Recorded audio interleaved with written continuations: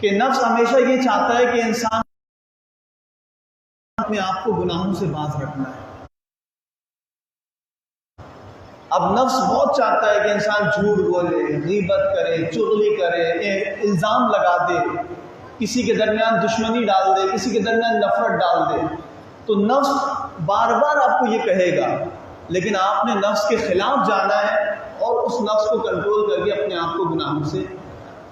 تو فرمایا کہ یہ ہے صبر عن المعصیت۔ پھر تیسری قسم ہے جو ہمارے عام لوگوں میں بڑی مشہور ہے، وہ کیا ہے؟ وہ ہے صبر عن المصیبت۔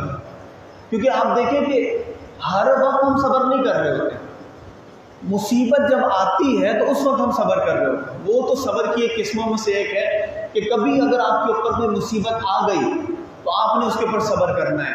لیکن یہ جو دو چیزیں ہیں، نیکی کے اوپر صبر اور گناہوں سے صبر، یہ چیزیں 24 گھنٹے ہمارے ساتھ ہیں۔ آگے اگلی آیت ہم پڑھیں گے کہ انسان کے پورا معاشرہ جو ہے نا، وہ انسان کا اس وقت پرسکون ہوتا ہے جب انسان کا گھر پرسکون ہوتا ہے۔ ایک بندہ ہے جو اس کو گھر سے سکون نہیں ہے، اس کی بیوی جو ہے وہ اس کے معاملے میں وہ پرسکون نہیں ہے، اپنی اولاد کے معاملے میں پرسکون نہیں ہے، تو آپ کو کیا لگتا ہے کہ وہ جہاں پر کام کرتا ہوگا وہاں پرسکون رہ سکتا ہے؟ نہیں۔ جب اس کو گھر سے ہی ٹینشن ملا ہوا ہے تو جہاں پر جائے گا تو وہاں پر آپ دیکھیں رشوت، لوٹ، غزور، یہ سب کچھ ہو رہا ہے۔ اس کی وجہ کیا ہے کہ اس کے گھر کے اندر سکون نہیں۔ اسلام ایک اتنا بہترین مذہب ہے، وہ ہمیں ہمارے معاشرے کی سکون کا بھی راستہ بتاتا ہے اور گھر کے سکون کا بھی راستہ بتاتا ہے۔ اور اللہ نے اپنے ایمان والوں کو مخاطب کر کے کہا کہ دیکھو صبر کرنا۔ اچھا، اس کے بعد دوسرا صبر کیا ہے کہ دشمن کے مقابلے میں اپنے آپ کو ثابت قدم رکھنا۔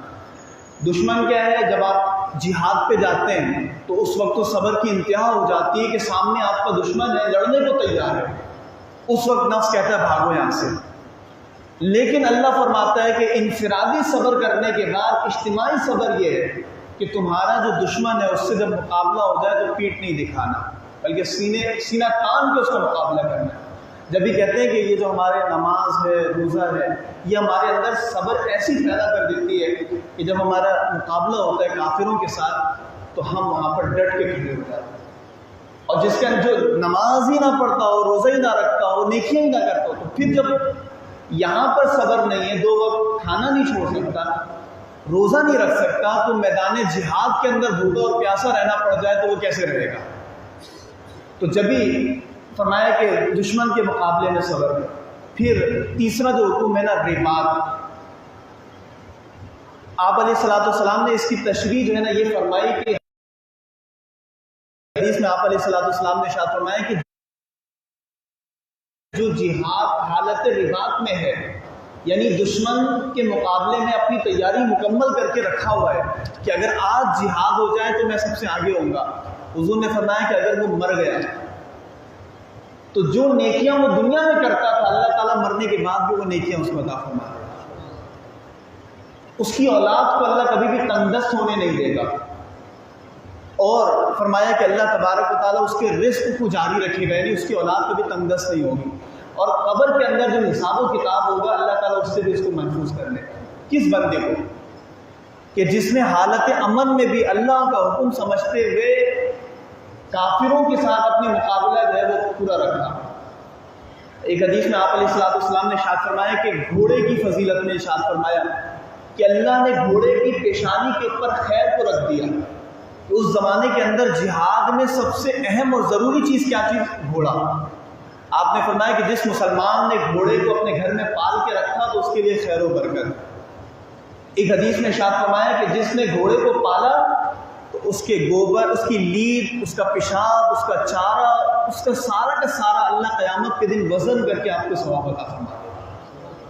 ایک جگہ ارشاد فرمایا کہ جس بندے نے تیر اندازی سیکھی اور اس نے پھر اس کو بھلا دیا، حضور نے فرمایا کہ اس کا میرے ساتھ کوئی تعلق نہیں ہے۔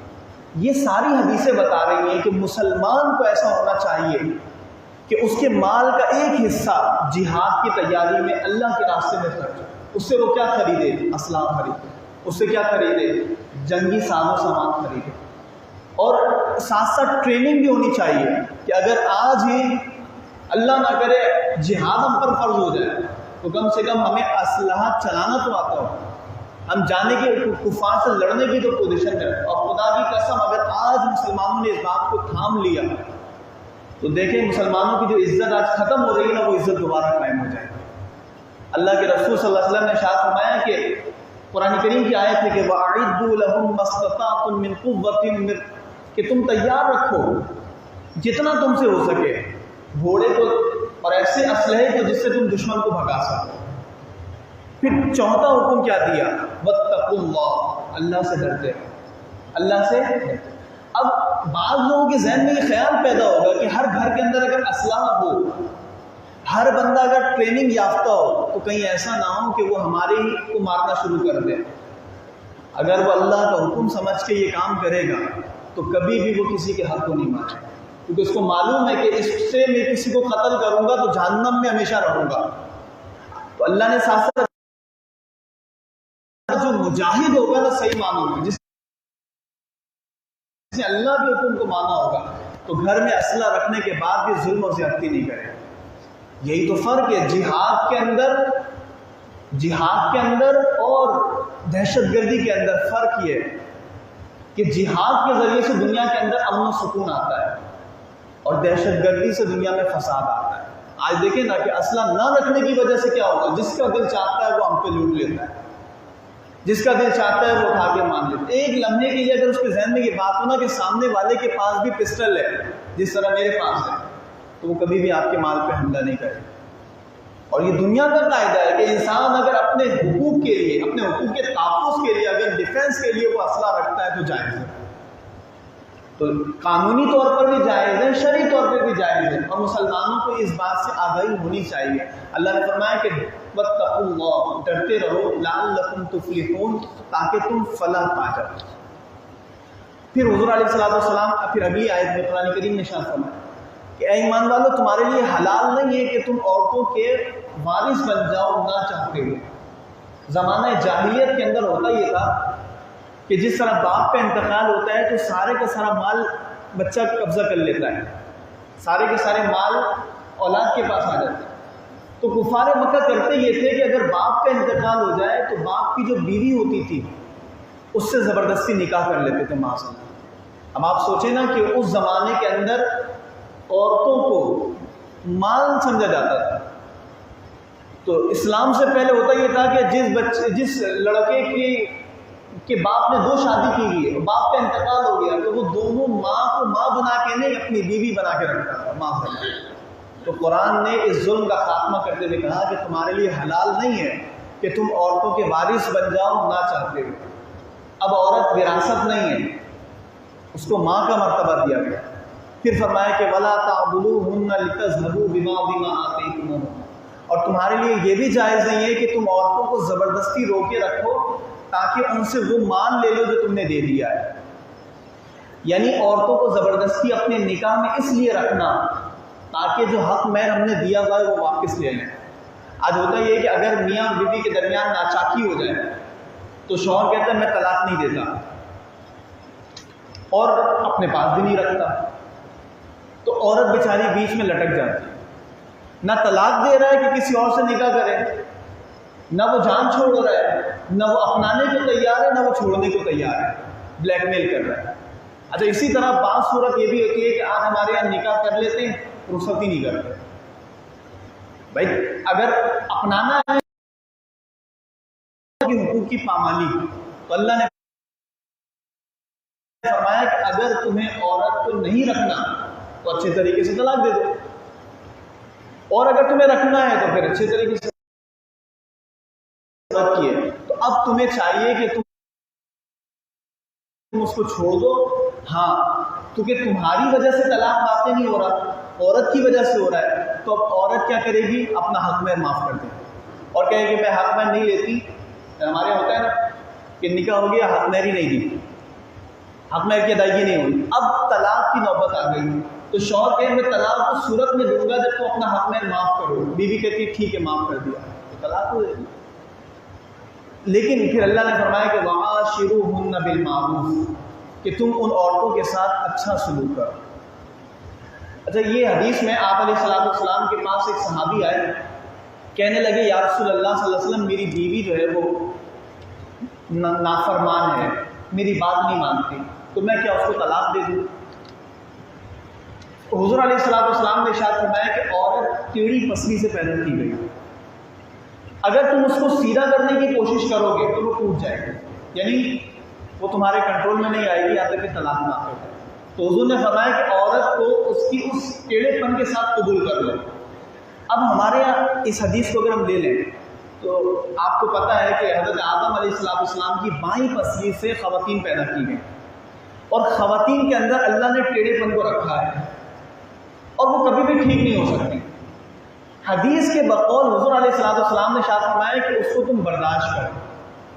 اگر تم نے اس کے ٹیڑھے پن کو دیکھا تو ایسا بھی تو ہو سکتا ہے نا کہ اس کے اندر کوئی اچھی بات بھی ہو۔ کوئی بھی ایسا نہیں ہوتا کہ جس کے اندر صرف خامی ہو، اس کے اندر کوئی اچھائی بھی ہوگی، تو تم جب اچھائی کو دیکھو گے تو وہ برائی خود بخود چھپ جائے گی، اور اگر صرف اور صرف خامی دیکھو گے تو وہ اور خامی میں نظر آئے گی۔ اگر تم نے اس کو طلاق دے دی تو کیا ہوگا؟ دوسری شادی کرو گے تو وہ بھی تو عورت ہی ہوگی۔ اچھا، اس کو لے کر آؤ گے تو جتنا عرصہ اس کے ساتھ گزارا ہے اتنا عرصہ تم اس کو گزارنے کے بعد سمجھو گے تو اس کے اندر پھر کوئی خامی ہوگی، اور کیا پتہ اس کے اندر ایک ہو اس کے اندر دو نکل جائیں، تو انسان پھر یاد کرتا ہے کہ اس سے اچھی تو پہلی والی تھی کہ اس کے اندر خامی تھی لیکن کم، اس کے اندر تو اس سے زیادہ خامی۔ تو حضور علیہ السلام نے بڑا بہترین مشورہ دیا کہ تم یہ دیکھو کہ اس کے اندر کچھ خامیاں، اس کے اندر کچھ خوبیاں بھی تو ہوں گی، تو خوبیوں کی طرف جب نظر کرو گے تو خامیاں تمہیں چھوٹ جائیں گی اور پھر تمہارا گھر جو ہے وہ بن جائے گا۔ اسی والی آیت میں یہ کہا کہ انسان ان کے ساتھ اچھے طریقے سے سلوک کرو۔ ایک حدیث مبارکہ سماعت فرمائے، ایک مرتبہ حضرت عائشہ صدیقہ رضی اللہ تعالیٰ عنہ، ام المؤمنین حضرت عائشہ صدیقہ رضی اللہ عنہ، جو حضور کی سب سے آخری زوجہ محترمہ ہے اور سب سے چھوٹی زوجہ محترمہ ہے، ایک مرتبہ ایسا ہوا کہ حضور سے بات کر رہی تھی، بات کرتے کرتے ان کی آواز بلند ہو گئی، اتنے میں جناب سیدنا صدیق اکبر رضی اللہ عنہ تشریف لائے۔ جب صدیق اکبر رضی اللہ تعالیٰ عنہ نے یہ دیکھا نا کہ حضرت عائشہ اتنی بلند آواز سے بات کر رہی ہیں، آپ جلال میں آ گئے۔ آپ نے کہا کہ تو اللہ سے ڈر، تو اللہ کے نبی کی عزت نہیں کرتی؟ اور یہ کہتے ہوئے جلال میں وہ کمرے سے باہر آ گئے۔ اتنے میں حضور علیہ السلام نے حضرت عائشہ کو اپنے پیچھے چھپا لیا اور پھر فرمایا کہ اے عائشہ میں نے تجھے بچا لیا۔ حضرت عائشہ نے اپنی گردن کو جھکا لیا۔ یعنی ہمارے پیارے نبی صلی اللہ علیہ وسلم نے اس حدیث مبارکہ سے ہمیں یہ درس دیا کہ عورتوں کے اندر یہ بات تو خصلت ہوتی ہے، اب مرد کو چاہیے کہ وہ اس کے عیب کے اوپر پردہ ڈالے۔ اگر آپ اس کے عیب کو پردہ ڈالیں گے تو اس کو اپنی غلطی کا احساس ہوگا، اور وہ غلطی جو پہلے وہ کر چکی اب وہ غلطی نہیں کرے گی۔ حضور علیہ السلام کی بیعت وقت 9 زوجہ محترمہ ہیں، کل 11 ہیں، 9 ایک وقت میں رہتی ہیں، اور حضور علیہ السلام نے ان کو بہت اچھا کھانے کو نہیں دیا، بہت اچھا پہننے کو نہیں دیا، ان کے جو حجرے تھے نا وہ بہت عمدہ نہیں تھے، لیکن وہ ساری کے ساری ازواج مطہرات ایسی تھی کہ انہوں نے کبھی بھی حضور علیہ السلام کے ساتھ ایسے کوئی معاملہ نہیں کیا۔ کیوں؟ کیونکہ حضور علیہ السلام کے اخلاق ان کے ساتھ بہت اچھے تھے، حضور کا برتاؤ بہت اچھا تھا۔ آپ دیکھتے ہیں کہ جب حضور علیہ السلام جاتے تھے تو ان کے ساتھ ہاتھ بٹایا کرتے تھے، اللہ کے نبی اپنی ازواج کی تعریف کر دیا کرتے تھے، اور یہ حقیقت ہے، خواتین کے اندر یہ بات ہوتی ہے کہ اگر ان کی کوئی تعریف کر دینا تو وہ بہت خوش ہو جاتے ہیں، اور مرد حضرات عمومی طور پر تعریف کرنے سے کتراتے ہوتے ہیں۔ تو فرمایا حضور علیہ السلام حضرت عائشہ صدیقہ رضی اللہ تعالیٰ عنہ کے سامنے حضرت خدیجہ کی بہت تعریف کرتے تھے۔ تو ایک مرتبہ حضرت عائشہ صدیقہ نے فرمایا کہ کیا آپ اس بوڑھی خاتون کی بار بار تعریف کرتے ہیں؟ حضور نے فرمایا کہ وہ بوڑھی نہیں، حضور نے فرمایا کہ اس نے میرے ساتھ اس وقت بہترین سلوک کیا جب لوگوں نے میرے ساتھ برا سلوک کیا، اس وقت اس نے میرے پر مال خرچ کیا جب لوگ مجھ پر مال خرچ نہیں کرتے تھے۔ تو آپ دیکھیں حضرت خدیجہ کی تعریف حضور بعد میں بھی کیا کرتے تھے۔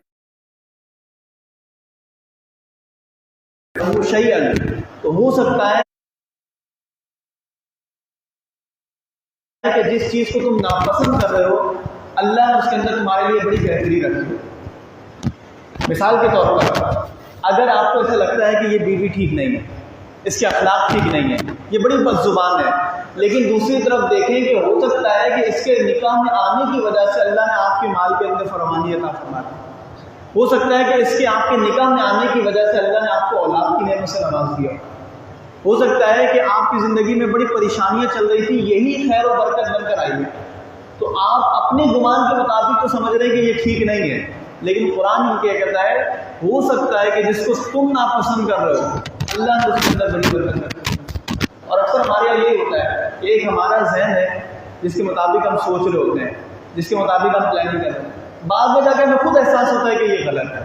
لیکن اللہ کا جو بنایا ہوا قاعدہ اور قانون ہے اصل یہ ہے، اللہ تبارک و تعالیٰ ہم سب کو پیدا کرنے والا، اس نے ہمارے اندر جو صلاحیت رکھی ہے نا، اتنی بہترین ہے کہ ہمیں بعد میں جا کے احساس ہوتا ہے کہ واقعی اللہ تبارک و تعالیٰ نے جو فرما دیا وہ اسی وجہ سے کہتے ہیں کہ دنیا کے سارے قانون کے اندر خامی ہو سکتی ہے لیکن قرآن کے اصول کے اندر کوئی کوتاہی اور کمی نہیں ہو سکتی. جیسا ایک آخری بات کروں گا، دیکھیں ہمارے یہاں لوگ نا آج مسجد سے باہر اگر آپ دیکھیں گے تو کتنے لوگ ہیں، بے شمار قسم کے لوگ ہیں. کیا کر رہے ہیں سب کے سب؟ اتنے سارے کام کر رہے ہیں، ہم یہاں پہ ذکر بھی نہیں کر سکتے. کوئی ٹی وی دیکھ رہا ہوگا، کوئی موبائل سے کھیل رہا ہوگا، کوئی گپے آ کے رہا ہوگا، کوئی ہوٹل میں ہوگا، کوئی نائی کی دکان پہ ہوگا، کیا کچھ کر رہا ہوگا. کچھ لوگ ایسے ہوں گے کہ جو گناہ کرنے کے بعد دل کے اندر بے چینی محسوس کر رہے ہیں. کچھ لوگ ایسے ہوں گے کہ نہ بے چینی محسوس کر رہے ہوں گے نہ خوشی محسوس کر رہے ہیں. جانور ہے نا، جانور کبھی وہ شکار کرتا ہے، بھیڑیے کو کھا جاتا ہے، آپ نے دیکھا وہ بیٹھ کے رو رہا ہے؟ نہیں رو رہا. کیوں؟ کیونکہ وہ ایک ہی کام کرتا ہے، اٹھتا ہے، شکار کرتا ہے، کھاتا ہے، آرام کرتا ہے. لیکن انسان جو ہے نا دنیا کے اندر بے شمار قسم کے کام کر رہا ہے. اللہ نے اس کے اندر ایک نفس کی صلاحیت رکھی ہے. اب وہ نفس کیا کر رہا ہے؟ وہ نفس یہ کام کر رہا ہے کہ اچھے کام ہو تو وہ اس کو سکون حاصل ہو رہا ہے، برے کام ہو تو اندر سے ہی گھبراہٹ محسوس ہو رہی ہے. لیکن آپ جتنے بھی لوگ بیٹھے ہیں نا، مجھے پتا ہے کہ اس عمل کے بعد آپ کے دل میں صرف سکون ہی سکون ہو رہا ہے. کیوں؟ اور اللہ تبارک و تعالیٰ نے قرآن کریم میں فرما دیا کہ الا بذکر اللہ تطمئن.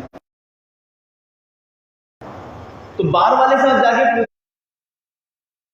پوچھے گا کہ ابھی دل کی کیفیت کیا ہے، جو کام کر کے آیا، مجھے موبائل فون کیسے نے استعمال کیا، پوچھیں دل کی کیفیت کیا ہے، وہ کہے گا کہ بے چین. کوئی بندہ 2 گھنٹے گپے مار کے بیٹھا ہوا ہے، آپ پوچھیں گے 2 گھنٹے سے جو کام کر رہے ہو اب دل کی کیفیت کیا ہے، وہ کہے گا